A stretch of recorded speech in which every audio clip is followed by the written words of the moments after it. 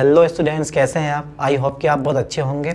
और अब एग्ज़ाम का टाइम बहुत कम बचा है और इतने कम समय में बेस्ट तैयारी करनी है तो आपको टॉप मोस्ट क्वेश्चन पढ़ने पड़ेंगे। डीपली पढ़ने का टाइम तो है नहीं अब, तो बेटर यही है कि आप जो है मोस्ट से मोस्ट क्वेश्चन पढ़ें। ठीक है, तो मैं बताने वाला हूँ आपको कुछ मोस्ट टॉपिक जो कि हर साल पेपर में आते हैं 12th क्लास केमिस्ट्री के। ठीक है, तो पहला टॉपिक लेते हैं। कौन सा वो टॉपिक है जो कि हर साल पेपर में पूछा जाता है? तो जैसे कि अगर आप पहला चैप्टर लोगे तो पहला चैप्टर आपका सॉलिड स्टेट यानी कि ठोस अवस्था, और उसके जो मोस्ट इंपोर्टेंट टॉपिक हैं वो सिर्फ दो हैं। पहला जो होता है वो होता है क्रिस्टल जालक और एकक कोष्टिका, और दूसरा टॉपिक है आपका शॉटकी दोष और फ्रेंकल दोष। ठीक है, दोनों के दोनों टॉपिक पढ़ लेने हैं, मैं लिख दे रहा हूँ इस चीज़ को। तो पहला टॉपिक कौन सा है हमारा? तो फर्स्ट टॉपिक है हमारा क्रिस्टल जालक तथा एकक कोष्टिका। एकक कोष्टिका।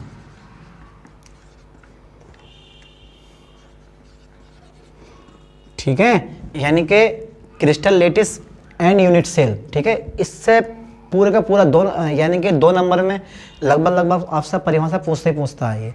इसके बाद में अगर मैं सेकंड टॉपिक लूँ तो सेकंड टॉपिक है आपका शॉटकी दोष और फ्रेंकल दोष। हर साल आने वाला क्वेश्चन है, शॉटकी दोष तथा फ्रेंकल दोष।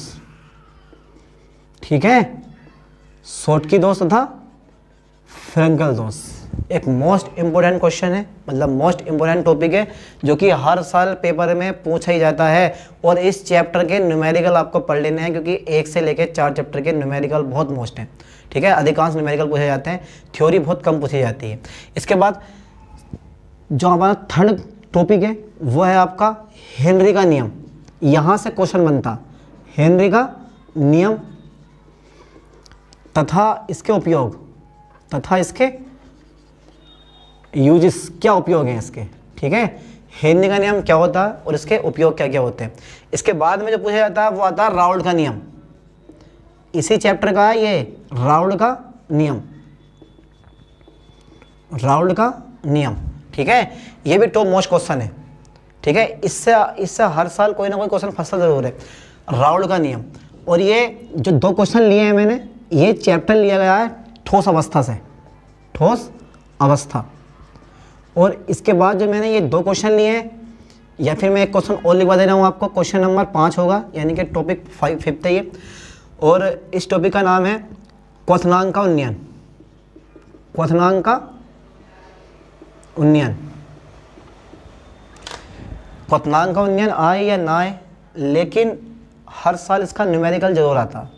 ठीक है, ध्यान देना इस पे। क्वथनांक का उन्नयन की थ्योरी आए या ना आए, लेकिन हर साल इसका न्यूमेरिकल आते आता। ठीक है, तो ये तीनों के तीनों क्वेश्चन है चैप्टर 2 के, और चैप्टर 2 है आपका विलियन। ठीक है, तीनों टॉपिक पढ़ लेने हैं, न्यूमेरिकल छोड़ना नहीं है एक भी, दोनों चैप्टर का, क्योंकि न्यूमेरिकल ही पूछे जाते हैं इन चैप्टर से, थ्योरी ना के बराबर आती है। तो न्यूमेरिकल पे विशेष तौर पे ध्यान देना है आपको। इसके बाद जो थर्ड चैप्टर आता है, यानी कि जो क्वेश्चन नंबर 6 है हमारा, वो क्वेश्चन है मोलर चालकता। मोलर चालकता हो गई आपकी, या फिर आपसे पता कर सकता है कि विशिष्ट चालकता को परिभाषित कीजिए। ठीक है, यानी कि मोलर चालकता, विशिष्ट चालकता, दोनों की परिभाषा पूछी जाती है। ठीक है, इसके बाद में जो 7वां आता है वो आता है कोलराउस का नियम। कोलराउस का नियम। कोलराउस का नियम, तो जो ये कोलराउस का नियम है, और इसका एक यूजेस, इसका एक एप्लीकेशन आता है कोलराउस का नियम तथा इसका एक अनुप्रयोग। इसका एक अनुप्रयोग। ठीक है, तो कोलराउस का नियम आता है और उसका क्या आता है, एक अनुप्रयोग। ये तो पक्का इस साल आने वाला क्वेश्चन है, कोलराउस का नियम तथा इसका एक अनुप्रयोग। दोनों के दोनों क्वेश्चन जो मैंने लिए हैं वो दोनों के दोनों क्वेश्चन ये लिए हैं चैप्टर 3 से, और चैप्टर 3 का नाम है आपके पास वैद्युत रसायन। वैद्युत रसायन। और न्यूमेरिकल इस चैप्टर के भी आपको सब पढ़ लेने हैं। ठीक है, न्यूमेरिकल आते आता है हर साल इसका एक। इसके बाद में जो क्वेश्चन नंबर 8 में ले रहा हूँ वह है चैप्टर 4 का, और चैप्टर 4 का जो क्वेश्चन है आपका ये है आपका कोटि तथा आणविकता में अंतर, कोटि तथा आणविकता में अंतर, ठीक है, हर साल आता है पेपर में, कोटि तथा आणविकता में अंतर। और इसका एक क्वेश्चन, एक टॉपिक मैं और लेता हूं, और वो टॉपिक होगा जहां से क्वेश्चन पूछा जाता है आपका प्रथम कोटि की अभिक्रिया के, प्रथम कोटि की अभिक्रिया के वेग स्थिरांक का व्यंजक, वेग स्थिरांक का व्यंजक, ठीक है। प्रथम कोटि की अभिक्रिया के वेग स्थिरांक का व्यंजक प्लस न्यूमेरिकल, न्यूमेरिकल तो आपको पढ़ के जाने हैं, छोड़ना नहीं है एक भी न्यूमेरिकल, सारे के सारे न्यूमेरिकल पढ़ लेने हैं इस चैप्टर के, चाहे चैप्टर नंबर, अब तो ठीक है। तो यहाँ तक इस चैप्टर का नाम क्या है? चैप्टर का नाम है आपका रासायनिक बल गतिकी, रासायनिक बल गतिकी, रासायनिक बल गतिकी, ठीक है। तो इन 4 चैप्टरों से न्यूमेरिकल पूछे जाते हैं, ये 4 चैप्टर हैं आपके, इन चारों के चारों चैप्टरों से न्यूमेरिकल आते हैं। यहाँ तक होती है फिजिकल केमिस्ट्री, जहाँ तक न्यूमेरिकल पूछे जाते हैं। इसके बाद में चैप्टर 5 आता है प्लस रसायन, और चैप्टर नंबर 5 का जो मोस्ट इंपोर्टेंट क्वेश्चन है, क्वेश्चन नंबर 10 है आपका, यानी कि टॉपिक 10 हो गया हमारा। और ये टॉपिक है आपका टिंडल प्रभाव, टिंडल प्रभाव, ठीक है। एक तो टिंडल प्रभाव पढ़ लेना है, और दूसरा होता है आपका ब्राउनी गति, ब्राउनी गति कई बार पेपर में पूछा गया, टिंडल प्रभाव और ब्राउनी गति, ठीक है। तो टिंडल प्रभाव पढ़ के जाना है, और ब्राउनी गति भी पढ़ लेनी है, इससे भी क्वेश्चन पूछे जाते हैं। एक चीज़ और है, और क्वेश्चन नंबर 10 है आपका, हो सकता है कि आपसे पता करें स्वर्ण संख्या, स्वर्ण संख्या तथा हार्डी सुलझे नियम, हार्डी सुलझे नियम, हार्डी सुलझे नियम, स्वर्ण संख्या तथा हार्डी सुलझे नियम, ये भी पढ़ लेना है, ठीक है। इसके अलावा भी क्वेश्चन पूछे जाते हैं, सोल और जेल में क्या अंतर होता है, किसे कहते हो आप, सोल और जेल किसे कहते हैं, या फिर द्रव स्नेही क्लोराइड या द्रव विरोधी क्लोराइड, ये भी पढ़ लेने हैं। लेकिन मोस्टली इंपोर्टेंट क्वेश्चन ये वाले हैं, टिंडल प्रभाव और ब्राउनी गति, इन दोनों में से हर साल एक क्वेश्चन आता है, और यह है स्वर्ण संख्या तथा हार्डी सुलझे का नियम। इसके बाद में देखो दोनों के दोनों क्वेश्चन लिए हैं मैंने ये चैप्टर 5 से, और चैप्टर का नाम है आपका पृष्ठ रसायन, ठीक है।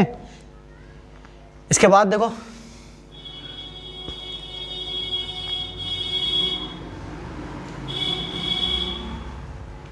चैप्टर नंबर मैं 7 का ले रहा हूँ क्वेश्चन, यानी कि 12वां क्वेश्चन है आपका, हेबर विधि द्वारा अमोनिया का औद्योगिक निर्माण, हेबर विधि द्वारा, हेबर विधि द्वारा अमोनिया का, अमोनिया का औद्योगिक निर्माण, औद्योगिक निर्माण, ठीक है। एक क्वेश्चन ये पढ़ लेना, और इसके अमोनिया की सारी केमिकल प्रॉपर्टीज ही पढ़ लेनी है। एक तो ये क्वेश्चन यही है मोस्ट, कि हेबर विधि द्वारा अमोनिया का औद्योगिक निर्माण, और साथ में आपको इसकी जो केमिकल प्रॉपर्टीज होती है अमोनिया की, वो भी पढ़ लेनी है, साथ में क्वेश्चन के पूछा जाता है, ठीक है। मैं दे रहा हूँ तथा रासायनिक गुण, तथा रासायनिक गुण, तथा रासायनिक गुण। और जो क्वेश्चन नंबर 13 है आपका, ये क्वेश्चन तो ऐसे मान के चलो कि हर साल आता ही आता है, ओस्टवाल्ड विधि द्वारा, ओस्टवाल्ड विधि द्वारा नाइट्रिक अम्ल का औद्योगिक निर्माण, नाइट्रिक अम्ल का औद्योगिक निर्माण, और तथा इसके रासायनिक गुण पढ़ लेने हैं आपको, तथा इसके रासायनिक गुण, रासायनिक गुण। चित्र सही पहुंचता है, पूरे का पूरा चित्र भागा आना है, विधि देखा आनी है, और जितनी भी केमिकल प्रॉपर्टीज है यानी कि रासायनिक गुण है, उस सब के सब इसके नाइट्रिक एसिड के आपको पढ़ लेने हैं, ठीक है। इसके बाद में कभी कदार क्वेश्चन आपका अम्ल राज ही पूछ लेता है, अम्ल राज भी पता कर लेता है। और एक क्वेश्चन और है आपका, 15वां क्वेश्चन मैं दे रहा हूँ आपको करने के लिए, ध्यान से देखना। 15वां क्वेश्चन है आपका डीकन विधि द्वारा, डीकन विधि द्वारा क्लोरीन का निर्माण, क्लोरीन का निर्माण, डीकन विधि द्वारा क्लोरीन का निर्माण। ये तीनों के तीनों जो क्वेश्चन लिए हैं मैंने वो लिए हैं पी ब्लॉक चैप्टर नंबर 7 के, पी ब्लॉक तत्व के, पी ब्लॉक तत्व यानी कि क्वेश्चन नंबर और चैप्टर नंबर 7 के लिए गए हैं तीनों के तीनों क्वेश्चन। ठीक है, इसमें एक चीज़ और पूछता है अक्रिय गैसों के उपयोग। ठीक है, वो ही पढ़ लेना। क्या पूछता है? अक्रिय गैसों के उपयोग।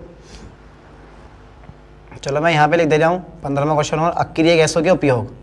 16वां क्वेश्चन आएगा अक्रिय गैसों के उपयोग। इसके बाद में जस्ट डी ब्लॉक आया था अपना चैप्टर नंबर 8 और उस चैप्टर का 17वां क्वेश्चन होगा हमारा संक्रमण तत्व क्या होते हैं। संक्रमण तत्व क्या होते हैं,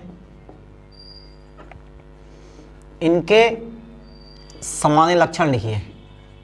सामान्य लक्षण लिखिए। अब ये सामान्य लक्षण संक्रमण तत्व क्या होते हैं, ये सामान्य लक्षण लिखिए क्योंकि ये एस ब्लॉक और पी ब्लॉक के बीच में रखे होते हैं, जिस कारण डी ब्लॉक को आप संक्रमण तत्व कहते हो। अब जो ये संक्रमण तत्व होते हैं इनके जितने भी सामान्य लक्षण आते हैं, जैसे इनका इलेक्ट्रॉनिक विन्यास हो गया, परिवर्ती ऑक्सीकरण अवस्था हो गई, रंगीन आयन और यौगिक बनाने की क्षमता हो गई इनके अंदर, और उत्प्रेरक गुण हो गए। ठीक है, अंतर्गासी यौगिक बनाने का गुण हो गया, अनुचुंबकीय गुण हो गए। ये सारे के सारे इसके सामान्य लक्षण में आते हैं, सब पढ़ लेने हैं। ठीक है, इसके बाद एक मोस्ट क्वेश्चन और है इस चैप्टर का 18वां क्वेश्चन, वह है लैंथेनाइड संकुचन। लैंथेनाइड संकुचन, लैंथेनाइड संकुचन। ठीक है, तथा इसके परिणाम, तथा इसके परिणाम, क्या परिणाम होते हैं, लैंथेनाइड संकुचन होता क्या है और उसके क्या परिणाम होते हैं। ठीक है, दोनों के दोनों क्वेश्चन जो हैं वो डी ब्लॉक से लिए गए हैं चैप्टर नंबर 8 से, डी ब्लॉक। ठीक है, दोनों क्वेश्चन मोस्ट है। इसके बाद में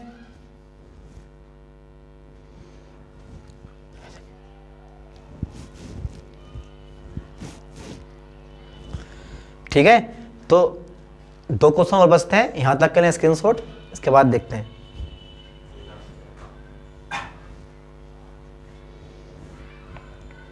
चलो देखो फिर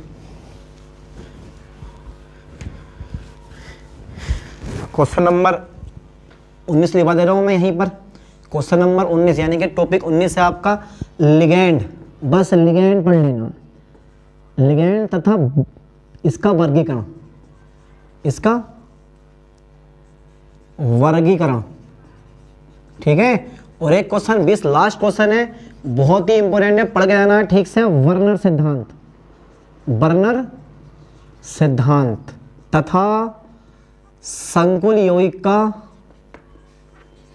संकुल यौगिक का IUPAC नामकरण, IUPAC नामकरण।